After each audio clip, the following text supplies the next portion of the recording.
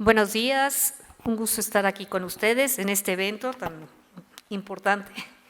Y es un gusto para mí presentar la reseña curricular muy resumida del doctor Armando Tovar Palacio, es investigador del Departamento de Fisiología de la Nutrición del Instituto Nacional de Ciencias Médicas y Nutrición Salvador Subirán. Cuenta con un postdoctorado por la Universidad de Wisconsin, Madison, y en el Wake Forest University en North Carolina Brown Braid School. Tiene más de 130 trabajos publicados en revistas científicas, libros, entre otros. Es miembro del Sistema Nacional de Investigadores y cuenta con más de 20 distinciones orientadas en premios de investigación. Da clases en la Universidad Iberoamericana y en la Facultad de Medicina de la UNAM. El doctor Armando Tovar va a presentarnos el tema la proteína de soya y compuestos bioactivos, efectos sobre la microbiota. Los dejo con el doctor.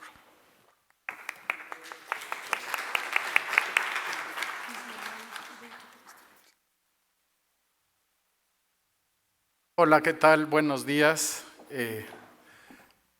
Agradezco a la licenciada Marta Pérez y a la licenciada Adela por haberme invitado a presentar este tema, y es el trabajo de investigación que hemos realizado nosotros acerca de la soya, pues ya lleva un buen rato. Y esta primera parte es un trabajo que hemos realizado la doctora Nimbe Torres y yo yo creo que el primer artículo salió publicado como por ahí de 1999, del año 2000. Y voy a hablar sobre el tema de la proteína de soya y los compuestos bioactivos, efectos sobre la microbiota.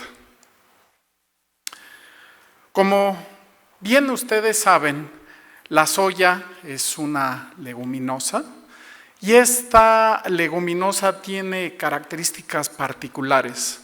Una, que es una de las leguminosas con un mayor contenido de proteína, alrededor del 36% es proteína. Tiene un 20% de grasa. Esta grasa es particularmente rica en ácidos grasos poliinsaturados.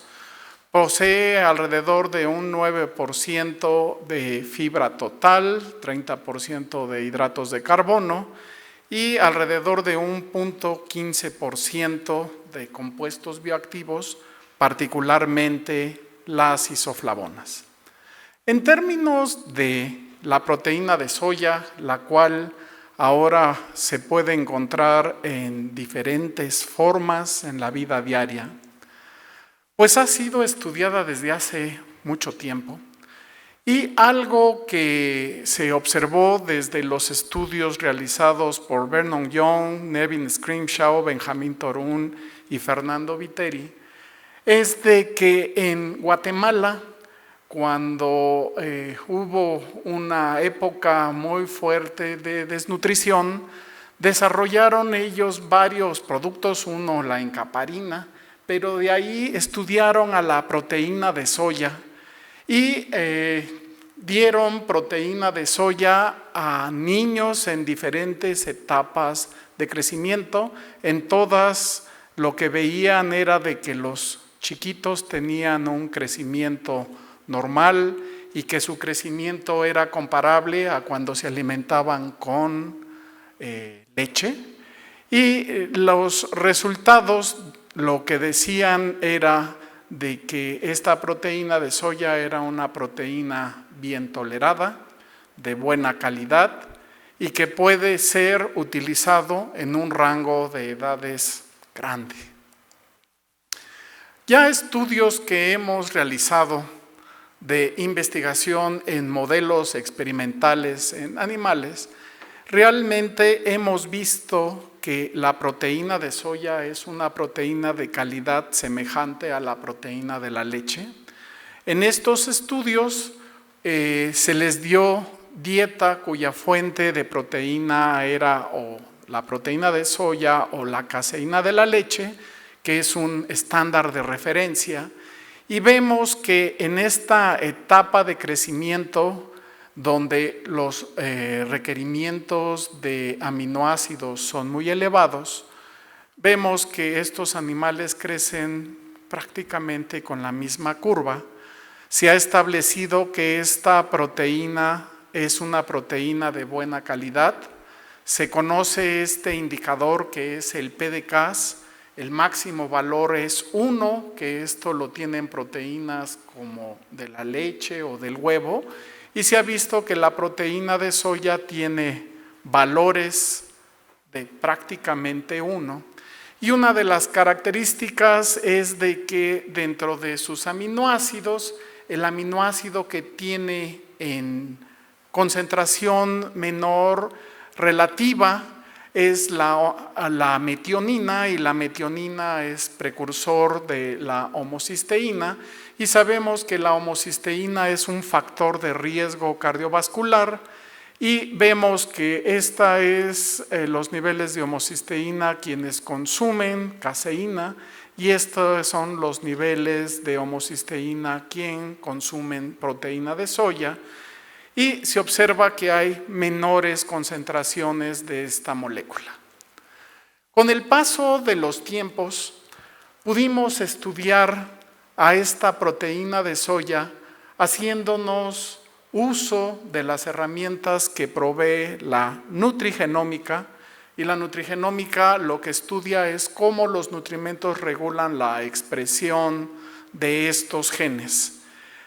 No me voy a meter a explicar esto, sino que en función de toda esta tecnología, algo que nosotros concluimos es de que el consumo de esta proteína de soya, algo que tiene como característica es de que se presentan niveles más bajos de insulina con el consumo de esta proteína de soya, y estos bajos niveles de insulina, pues lo que van a hacer es de que a nivel del hígado van a regular la expresión de una proteína que es un factor de transcripción que se conoce como SRBP1, de sus siglas Esterol Regulatory Element Binding Protein, y este factor de transcripción se encarga de regular la expresión de todos los genes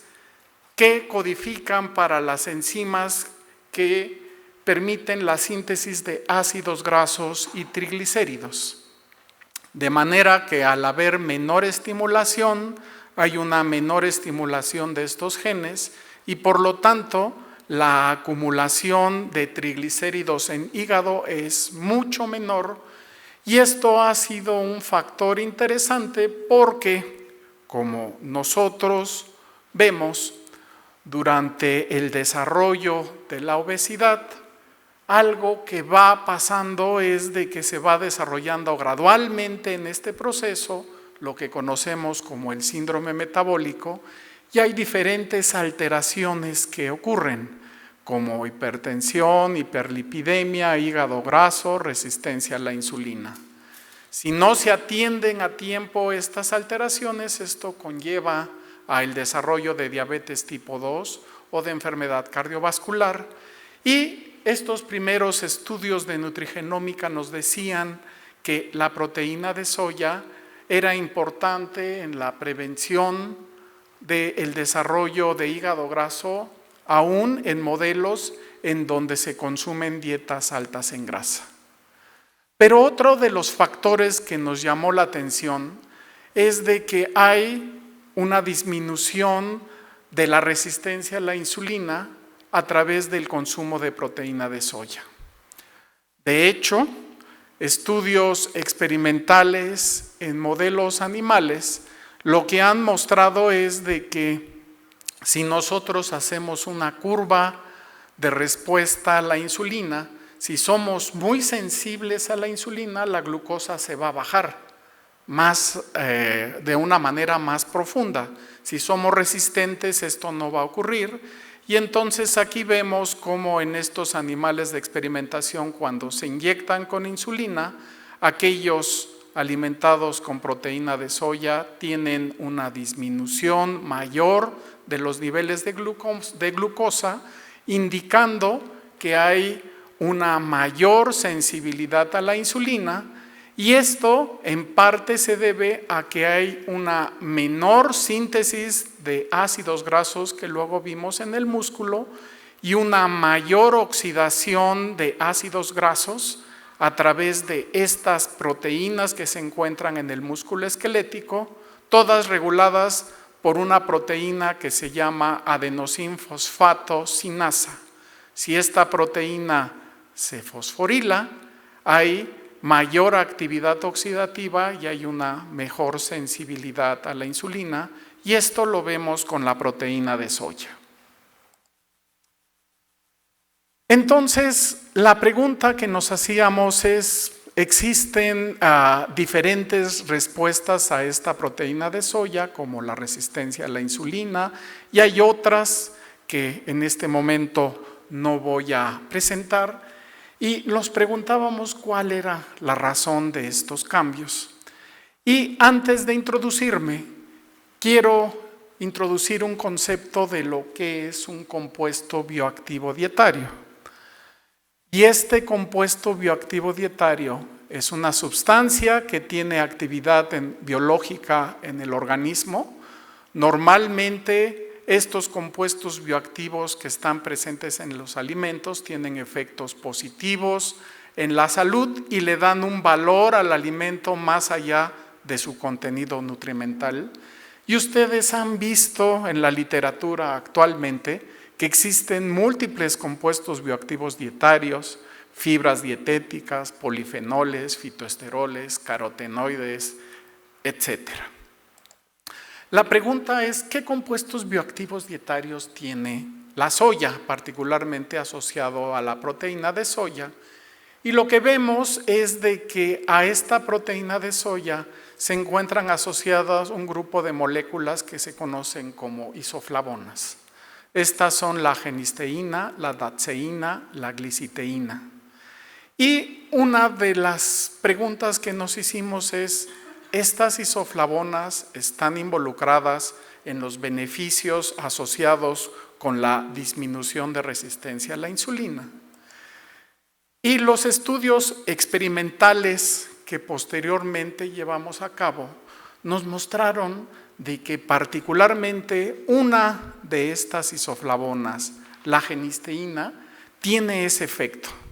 Aquí nosotros podemos ver animales alimentados con dieta con caseína, pero que se les ponía en esta dieta genisteína, y vemos que la actividad de esta enzima AMPK se activa la oxidación de los genes asociados, se activa la expresión de los genes asociados con la oxidación de ácidos grasos, y como consecuencia, si les hacemos una curva de tolerancia a la glucosa, aquellos animales, por ejemplo, que consumen una dieta alta en grasa tienen esta curva, pero cuando a la misma dieta alta en grasa solo le añadimos genisteína, hay una disminución, y aquí vemos que hay una disminución significativa en el área bajo la curva. Ustedes dirán, estos estudios son realizados en modelos animales experimentales, en rata, ratón, pero ¿qué pasa en el humano? Y entonces realizamos un estudio en el cual a personas que tenían resistencia a la insulina les dimos genisteína durante 2 meses. Y lo que nosotros vimos es, hubo un grupo que se les dio placebo, y lo que vemos es de que prácticamente no existe diferencia, tanto en los niveles de glucosa. Aquí la glucosa en estos de placebo tiende a aumentar, en la insulina se ve igual, pero aquellos en los cuales se les añadió a la dieta genisteína, hubo una disminución en la glucosa circulante, pero particularmente en la insulina. Cuando analizamos en estos pacientes qué cosa era lo que ocurría con la oxidación de ácidos grasos. Nosotros veíamos que en los ratones había una estimulación de los ácidos grasos. Nosotros tomamos biopsia de músculo de estos pacientes y arriba tenemos una tinción que se llama de succinato deshidrogenasa. Y esta tinción lo que muestra es actividad mitocondrial. Entre más morado, más activo. Y vemos que el músculo de los pacientes que consumieron genisteína tenía más actividad mitocondrial, y cuando vimos la actividad de esta AMPK, que la habíamos observado elevada en el músculo de los ratones, también se ve elevada en el músculo de las personas. De hecho, se hizo un análisis de microarreglos en el RNA de los músculos. Todos estos son genes que se expresan en el músculo. Si están rojos, quiere decir que están sobreexpresados. Si están en color verde, quiere decir que están subexpresados. Y ustedes pueden ver que estas son muestras de personas que consumieron placebo y estas genisteína, y vemos cómo hay un cambio total en muchos de la expresión de genes en el músculo de estas personas, y los análisis bioinformáticos nos llevaron nuevamente a encontrar que la genisteína activa a esta AMPK. ¿Cómo sabemos de que hay mayor oxidación de ácidos grasos en los humanos? Lo que hicimos fue un análisis que se llama de metabolómica, donde medimos metabolitos en circulación asociados con la oxidación de ácidos grasos. Y lo que vimos es, estos son la columna de los cambios con los que consumieron placebo, estos con genisteína, y ustedes pueden ver que hay un incremento de moléculas como estos ácidos grasos dicarboxílicos, acilcarnitinas, cuerpos cetónicos, ácidos grasos monohidroxilados. Todo esto refleja que hubo un incremento en la oxidación de ácidos grasos en el músculo de estos pacientes solo por el hecho de haber consumido genisteína. Sin embargo, más recientemente, algo que también se ha asociado con beneficios en la respuesta a la insulina ha sido la microbiota intestinal. Y el grupo de Jeffrey Gordon, que fue uno de los pioneros de los estudios de la microbiota, lo que hicieron fue tener ratoncitos, los cuales los tuvieron algunos de ellos los desarrollaron en un medio libre de gérmenes, no tenían microbiota prácticamente, y otros que tenían o que estaban colonizados. Hay muchos factores que mejoran cuando los animalitos están libres de gérmenes, pero algo que vimos es que también la curva de tolerancia a la glucosa es más bajo cuando los animales son libres de gérmenes, y si hacemos esta respuesta que les mencioné yo a la sensibilidad a la insulina, los animales que son libres de gérmenes son más sensibles a la insulina. Y una de las preguntas que nos hicimos es, ¿puede la genisteína modificar la microbiota intestinal? Para adentrarnos al mundo de la microbiota, debemos de decir algunas cosas sencillas, como que la microbiota es la comunidad microbiana que habita en un medio ambiente específico. Estas microbiotas tenemos nosotros en diferentes partes del organismo, en la boca, en la piel, en el tracto gastrointestinal, etc. Y la que nos interesa es la del tracto gastrointestinal, y nosotros podemos hacer estudio de la taxonomía que existe en la microbiota por medio de unas nuevas tecnologías de secuenciamiento masivo de ácidos grasos 16S. Y podemos ver cambios a nivel de filum es los grandes grupos, cada grupo tiene clase, cada clase tiene orden, cada orden familias, estas familias género y al final tenemos especies, que es la bacteria con nombre y apellidos. Dentro de los filum tenemos varios de estos filum. Los más abundantes son los bacteroidetes y los firmicutes, que son alrededor del 85% de la microbiota intestinal. Hay otros. Y algo que servía como antecedente es de que hay muchas moléculas de estas bioactivas polifenoles que se ha observado que en el intestino realmente se absorben en muy bajas cantidades, menos de entre el 5 o 10%, y esto yo creo que ya es mucho. Lo que quiere decir es de que en el colon, que es donde se encuentra principalmente esta microbiota, llegan grandes cantidades de estas moléculas y varios estudios han mostrado de que estas moléculas pueden cambiar la actividad de la microbiota y generar metabolitos que puedan tener actividad biológica. Cuando hicimos este estudio en los ratones, lo que vimos es de que este es un ratón control. Vimos primeramente la diversidad de la microbiota. La diversidad quiere decir, existen más de 1.300 especies que se conocen de bacterias que podemos tener en el intestino. Entonces, si en lugar de tener 1.300, que prácticamente nadie los tiene, tenemos 1.000 o tenemos 900 o tenemos 500 o menos, quiere decir que nuestra diversidad está disminuyendo. Y entonces estos fueron los animalitos controles, su diversidad. Cuando comen una dieta alta en grasa, su diversidad baja.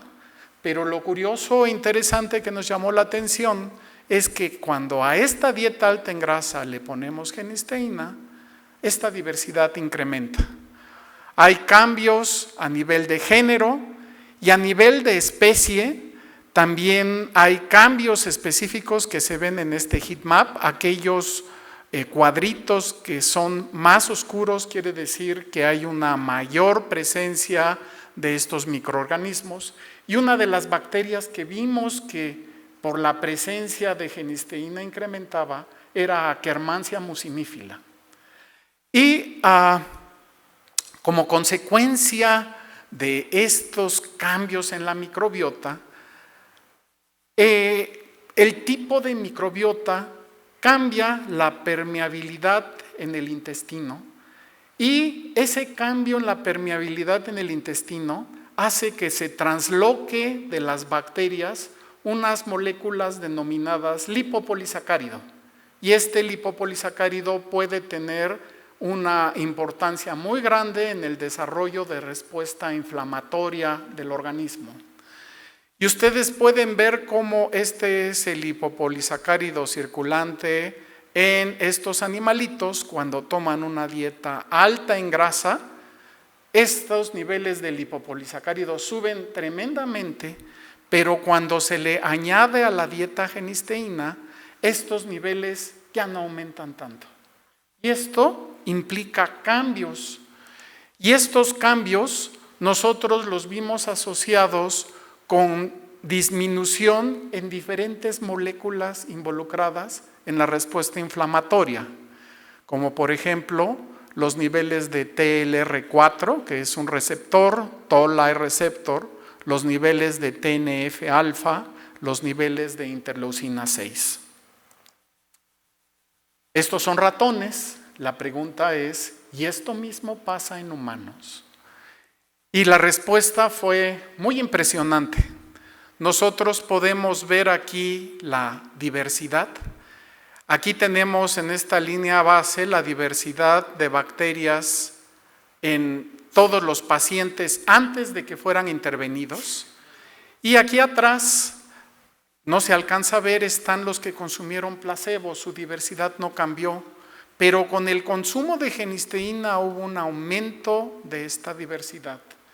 Cuando se hacen estudios de beta diversidad es qué tan diferentes son las microbiotas. Es simple y sencillamente, si no están familiarizados, es ver qué tan juntos están los puntitos. Y vemos que la microbiota de las personas que consumieron genisteína es bastante diferente de aquellas antes de que comenzaran el estudio o aquellas que consumieran placebo. Cuando nosotros hicimos este secuenciamiento, aquí tuvimos las personas que estudiamos, las secuenciamos, aquí están firmicutes, bacteroidetes, etcétera. Y de aquí aleatoriamente los dividimos. A unos les dimos placebo y a otros les dimos genisteína. Y ustedes pueden ver, solamente viendo los colores, que estos de placebo se mantuvieron muy semejantes a como tenían su microbiota 2 meses antes. Pero aquellos que consumieron genisteína comienza a haber un cambio importante. Por ejemplo, este verde que no existía, ahora aumenta, y este es un filum que se llama Verrucomicrobia. Y este filum Verrucomicrobia está asociado con el incremento también de Akkermansia mucinífila. Así que esa bacteria que aumentó en los ratones es la misma bacteria que aumenta en nosotros. ¿Y qué cosa pasa con el lipopolisacárido? Aquellos individuos que tomaron placebo antes del estudio y después del estudio no cambió sus niveles de lipopolisacárido circulantes, mientras que aquellos que consumieron genisteína hubo una disminución muy importante de estos valores. ¿Por qué les hablo de Akkermansia mucinífila? El grupo de Patrice Cani en Holanda ha demostrado que Akkermansia mucinífila tiene la característica de que ellos la han dado en cápsulas. Aquellas personas que se las dan disminuye la sensibilidad a la insulina, disminuye el HOMA, disminuye la glucosa, que es exactamente algo que nosotros vemos en estos pacientes. En estos pacientes vemos que hay una disminución de los niveles de insulina circulante, vemos una disminución del HOMA y vemos una disminución de la proteína C reactiva. De manera tal de que el consumo de esta proteína de soya que viene en este frijol de soya, su genisteína, tiene actividad para incrementar a esta Akkermansia. Esto disminuye la translocación del lipopolisacárido y esto se asocia con una menor inflamación de bajo grado y una disminución a la resistencia a la insulina. Algo que dijimos nosotros, y es reciente esta investigación, es, ¿y los efectos de la proteína de soya qué tanto tienen que ver con la microbiota intestinal? Porque esa proteína de soya trae genisteína y muchos de esos efectos son un efecto híbrido entre la proteína y las isoflavonas. Y lo que hicimos fue a estos animales, a algunos de estos grupos, darle antibióticos para eliminar esta microbiota. Y pasó algo interesante. Aquí, por ejemplo, lo que vemos es de que los animales que consumían caseína cuando se les dio antibiótico tuvieron una disminución. Estos dieta normal en grasa y estos dieta alta en grasa. Pero aquellos que consumieron proteína de soya cuando les di antibiótico aumentaron y aumentaron. Pero lo más interesante es de que cuando se les hizo curva de tolerancia a la glucosa, mientras que aquellos de caseína cuando se les dio el antibiótico disminuyó su área bajo la curva, aquellos que consumieron proteína de soya aumentó y aumentó. Y esto lo que nos dice es de que los efectos que vemos de la proteína de soya están asociados con la microbiota intestinal. Aquí nosotros vemos que cuando se les da a estos animales con proteína de soya antibiótico, el lipopolisacárido también sube y la diversidad de las bacterias, como es de esperarse, baja. De manera tal de que esta genisteína tiene efectos en el músculo, no me ha dado tiempo de explicar, en tejido adiposo, en la microbiota intestinal, y la consecuencia de todos estos cambios es mejorar la sensibilidad a la insulina. Quiero agradecer a todos los miembros del Departamento de Fisiología de la Nutrición, a través de los cuales la doctora Nimbe Torres y yo hemos podido llevar todos estos estudios. Muchas gracias.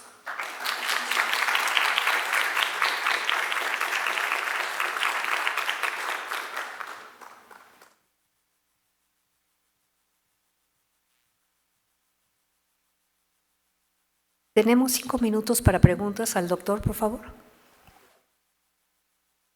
Sí.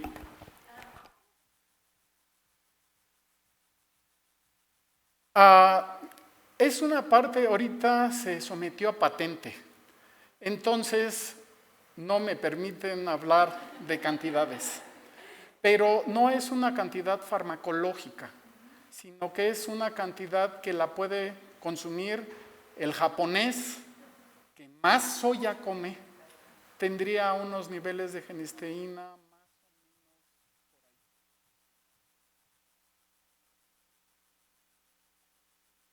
Algunos ya están siendo publicados, ya son publicados, otros están enviados. Entonces, esperemos que pronto tengamos buenas noticias.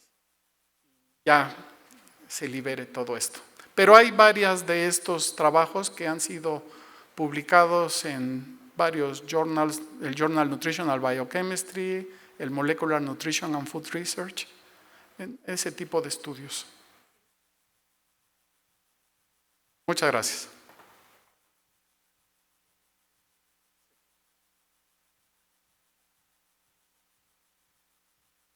¿Cómo, perdón? Para aislar la genisteína. Dios mío, mira, yo ahí sí no soy tan experto. Las isoflavonas las quitan con alcoholes, lavando, por ejemplo, la proteína de soya, van haciendo extractos, pero yo creo que existen otros adelantos tecnológicos de los cuales sí yo no estoy tan al tanto, ¿no? Es lo único que puedo decir. Sin embargo, lo que es importante es de que recuerden de que cuando ustedes consumen proteína de soya, están consumiendo estas moléculas. Entonces, el hecho de que incorporen en su dieta este tipo de proteína, pues les puede traer estos beneficios. Más o menos 1 gramo de proteína de soya da alrededor de 2 a 4 miligramos de isoflavonas.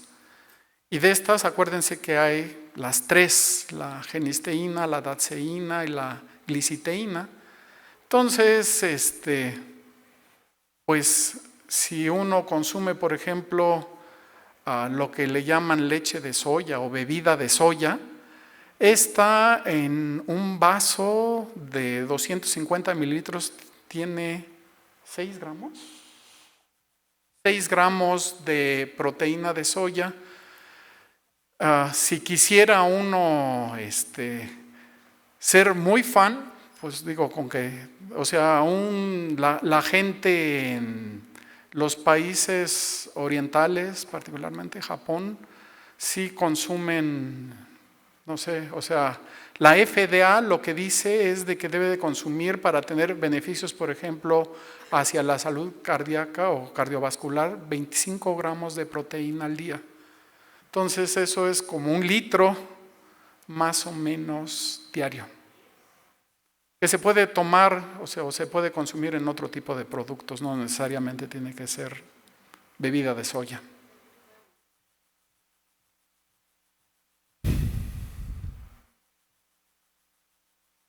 Si no hay alguna, sí.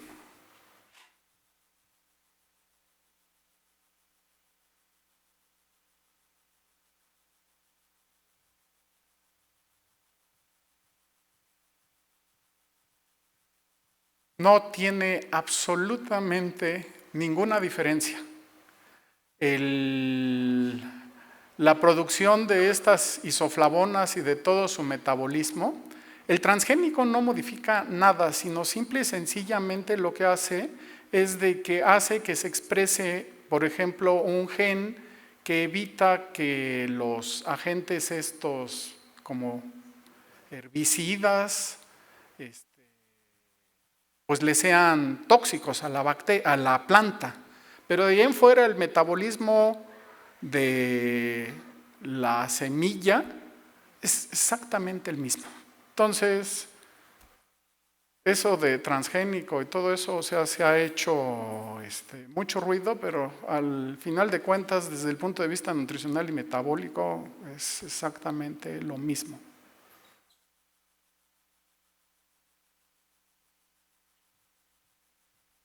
Ah, sí.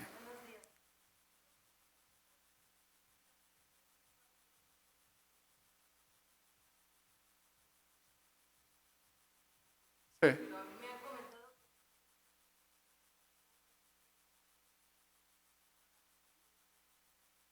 ¿Y hay alguna razón?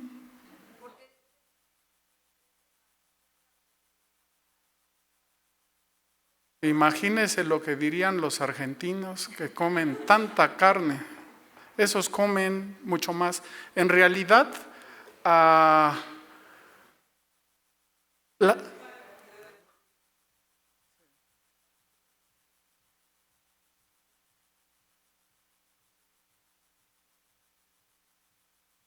no es una bebida hiperproteica. Sí,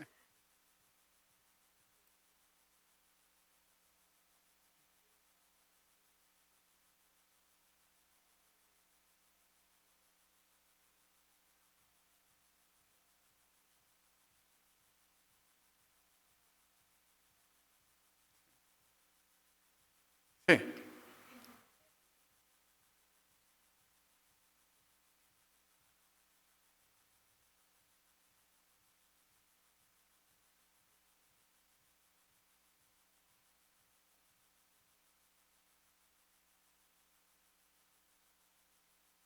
ahorita que le toque su plática, va a quedar contestado eso. Sí, sí.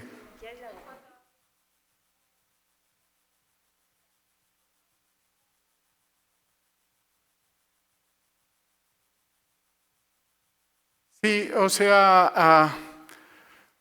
ha habido estudios donde se han hecho estos análisis de biodisponibilidad. La absorción es baja, pero acuérdense que aquí lo que estamos viendo es de que aparentemente, y eso lo estamos analizando, varios de los efectos es de la genisteína sobre la microbiota. Y entonces ahí no necesitamos absorber. Y hemos hecho análisis para ver si las vías metabólicas de las bacterias están cambiando con la genisteína y si cambian. Entonces se generan posiblemente nuevos metabolitos y eso ya sale como una historia nueva. Sí, sí.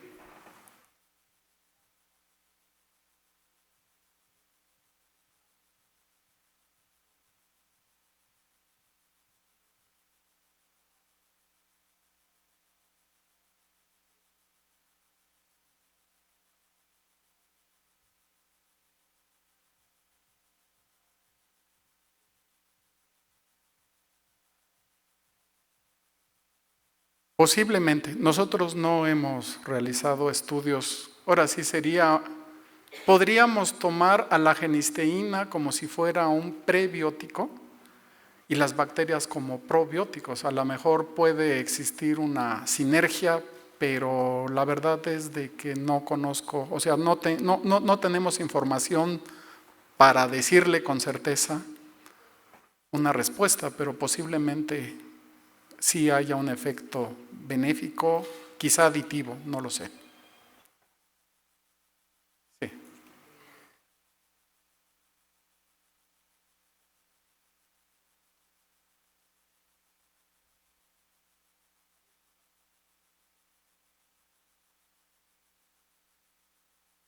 realmente, o sea, sí existen otras moléculas que tienen moléculas semejantes a estas isoflavonas, pero la proteína de soya la tiene, la naturaleza por alguna razón la hizo muy rica relativamente a las otras plantas. Algo que, por ejemplo, nos han dicho es en México, que eso es lo que cree la gente de que no consume tanta soya, pero yo creo que sí consume soya y no se da cuenta. Consumimos frijol y hemos hecho investigación sobre el frijol negro y tiene también efectos benéficos de otro tipo, pero aquí no hay isoflavonas, son otro tipo de moléculas, otra composición. Ahora, algo que es importante aquí hacer ver es, hemos llevado esta investigación hacia ver la genisteína, pero la proteína de soya, sus aminoácidos, su composición es adecuada. Entonces, eso también internamente en nuestro organismo genera un beneficio.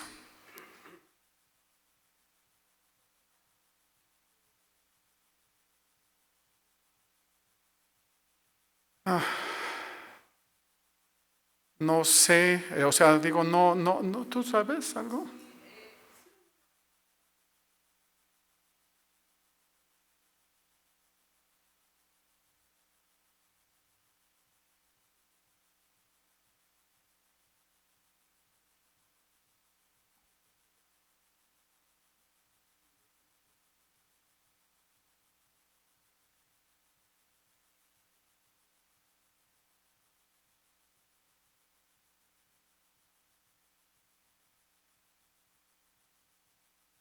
Muchas gracias.